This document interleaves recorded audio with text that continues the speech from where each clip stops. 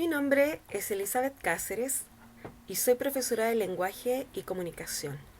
En esta ocasión quisiera exponer el tema denominado las secuencias discursivas. Este tema se enmarca en la unidad número 1, Tradición y Cambio, en cuarto medio, y el objetivo, ¿cierto?, de aprendizaje es que los estudiantes logren identificar, definir y comparar estructuras típicas de los textos expositivos o argumentativos.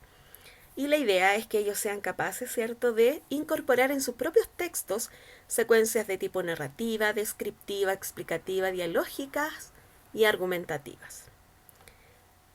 A modo de introducción, debemos señalar que un texto proviene, ¿cierto?, la palabra, su origen etimológico está en el latín tejido. Por lo tanto, podemos entender que un texto es un tejido de palabras que obviamente se entrelazan para crear una estructura discursiva de forma organizada, coherente y cohesiva. Obviamente que los textos siempre van a estar de alguna manera determinados, ya sea por su emisor, la situación en la cual se enuncia, los propósitos comunicativos, quiénes son los receptores y también, ¿cierto?, los temas que se abordan. Para que un texto sea realmente coherente y cohesivo, tienen que estar todos los puntos de este tejido correctamente hilados, para que pueda, obviamente, ser un texto comprensivo para cualquier lector o cualquier auditor. En este caso, hablamos también de los textos orales. Ahora, respondiendo a la interrogante, ¿qué son las secuencias discursivas o textuales? Las vamos a definir como, ¿cierto?, estructuras o grupos de enunciados, ¿cierto?, que vamos a emplear dentro de un texto mayor. Ahora, una secuencia discursiva puede ser o abarcar un texto completo, pero también puede tener lo que se llaman secuencias incrustadas o secundarias. Acá presentamos, ¿cierto?, la idea de texto. Un texto, si es informativo, la secuencia envolvente o predominante será la información, mientras que la secuencia incrustada podría ser, por ejemplo, una narración del hecho noticioso, el por qué, el cómo, el cuándo, el dónde, el quién, quiénes estaban involucrados en ese hecho noticioso. Por lo tanto, volvemos a la idea anterior, el texto siempre hay una predominancia de un tipo de estructura y dentro de esa estructura es que se incrustan otros tipos de secuencias discursivas. Bueno, como decíamos, la secuencia envolvente es aquella que predomina, mientras que la secuencia incrustada es aquella que coexiste, que es aquella que se inserta en un texto mayor. Vamos a conocer una a una las secuencias expositivas y la primera de ellas es la secuencia expositiva como tal. Este tipo de secuencia se limita tan solo a informar de manera objetiva. Por lo tanto, no vamos a encontrar opiniones ni apreciaciones de ningún tipo. Como dice, el uso del lenguaje evita reflejar la actitud del emisor frente a lo que se expresa, porque es objetivo. Bueno, en este caso empleamos, ¿cierto?, un párrafo de una noticia donde se da a conocer, ¿cierto?, que el ministro Jaime Mañalich reportó 2.600 casos positivos de COVID-19 en las últimas 24 horas. Y bueno, ahí se anuncia, ¿cierto?, el famoso confinamiento obligatorio y las medidas restrictivas, es decir, hay meramente una exposición, una información. El emisor da a conocer, que en este caso, ¿cierto?, el emisor es Jaime Mañalich. Continuamos con la segunda secuencia que vamos a conocer, que es la secuencia descriptiva. En el caso de la secuencia descriptiva, ¿cierto?, vamos a tener que su propósito es señalar cómo es alguien, algo, un objeto, una persona, un proceso, un lugar. Es decir, vamos a tener, ¿cierto?, las características del elemento que nosotros estamos describiendo. En el caso, ¿cierto?, del tema que estamos abordando, que es el COVID-19, como está subrayado acá en el texto, dice, puede ser de muy leve a seria. También señala, ¿cierto?, que los adultos mayores son quienes tienen mayor riesgo, ¿cierto?, de enfermarse. Por lo tanto, aquí lo que tenemos es la descripción de la gravedad de esta enfermedad.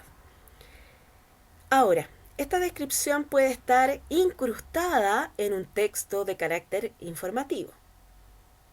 Continuamos con la secuencia argumentativa. En este caso, este tipo de estructura vamos a insertarla, ¿cierto?, en todo tipo de texto de carácter argumentativo, sea un ensayo, una crónica, una columna de opinión, una crítica de espectáculo, una crítica literaria, una carta al director, una editorial. Todos los textos en los cuales, ¿cierto?, su emisor da a conocer un punto de vista, es decir, una tesis, con razones o bases, ¿cierto?, o empleando datos científicos o datos estadísticos, que es el respaldo, vamos a tener, ¿cierto?, una secuencia argumentativa. En este caso, consideramos el ejemplo de una columna de opinión de Carlos Peña, que dice: Piñera se supera a sí mismo. Es interesante destacar como punto de partida de un análisis discursivo de este ejemplo, cómo es que su autor señala Piñera. Aquí no dice su excelencia el presidente de la República, simplemente es Piñera. Por lo tanto, podríamos inferir que don Carlos Peña tal vez no sea adherente al presidente o no sea miembro de su partido político. Ahora, se supera a sí mismo implica una crítica, una grave crítica, ¿cierto? Y que obviamente este señor se hace responsable de lo que emite, dado que señala su nombre y además hay una fotografía de él. Esto es súper importante. Ahora, en la secuencia argumentativa, el lenguaje refleja la actitud frente a lo que expresa, ¿cierto? Aquí habrá modalizaciones discursivas, ¿cierto?, que tengan que ver con expresión de opinión, expresión de pensamiento. También tenemos que en la secuencia argumentativa empleamos conectores de causa, de consecuencia, condicionales, de oposición, entre otros. Continuamos con la secuencia narrativa.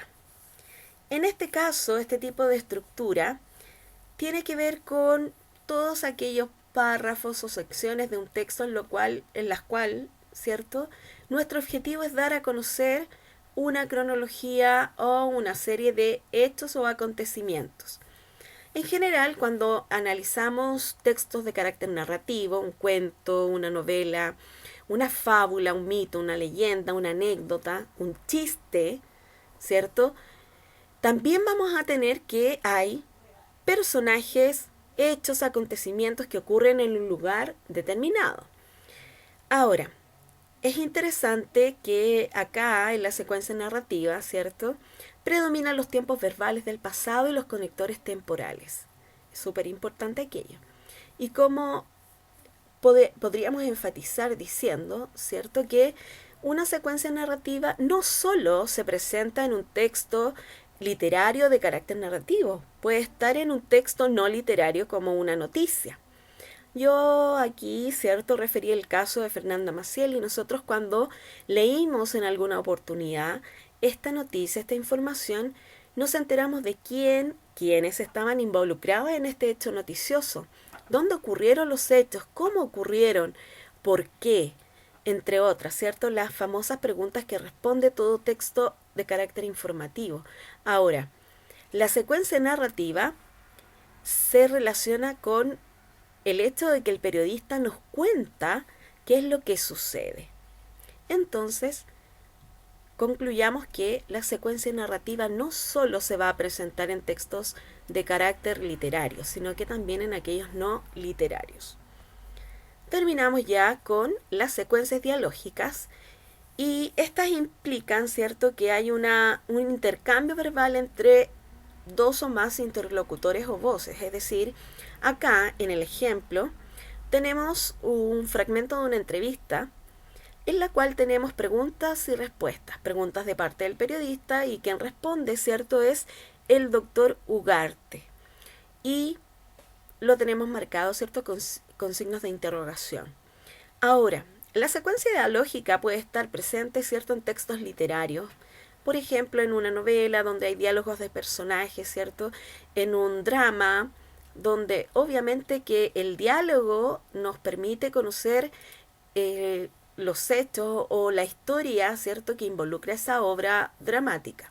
También tenemos las historietas o cómics en el cual, ¿cierto?, reconocemos que a través de iconos, ¿cierto?, los globitos, las nubes, etcétera, podemos reconocer quién está hablando.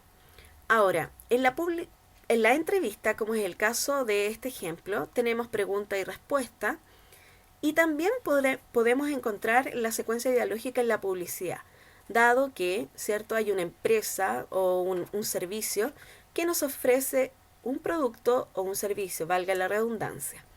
Esto es un emisor y un receptor. Si nos dicen compre, venga, ahorre, lo más probable es que nosotros, ¿cierto?, nos veamos persuadidos o convencidos de hacer aquello que nos invita. Por lo tanto, la secuencia dialógica siempre va a involucrar a un emisor y a un receptor, y aquí hay efectivamente una retroalimentación, hay pregunta y respuesta. La bibliografía en la cual me basé es el manual de preparación PSU, proyecto clave de Editorial SM.